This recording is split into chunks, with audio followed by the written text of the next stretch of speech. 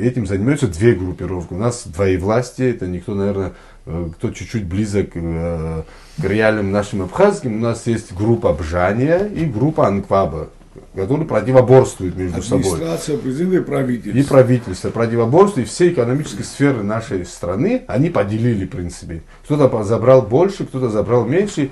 И вот эти 3 года, которые мы наблюдали, вот эти все провалы, все решения, где вот крах везде наблюдаем, это было их соперничество между собой. Правительство доказывало администрации президента, что они не справляются, что они не могут это сделать для того, чтобы себе все это забрать, на себя оформить. Команда Бжания точно с этим не справилась. Александр Анкваб это им доказал по Ачигваре, по майнингу, по всему. Майнинг, кстати, это не была инициатива правительства, это была инициатива администрации президента. И вот в этой борьбе они тихо-тихо уничтожают нашу отрасль.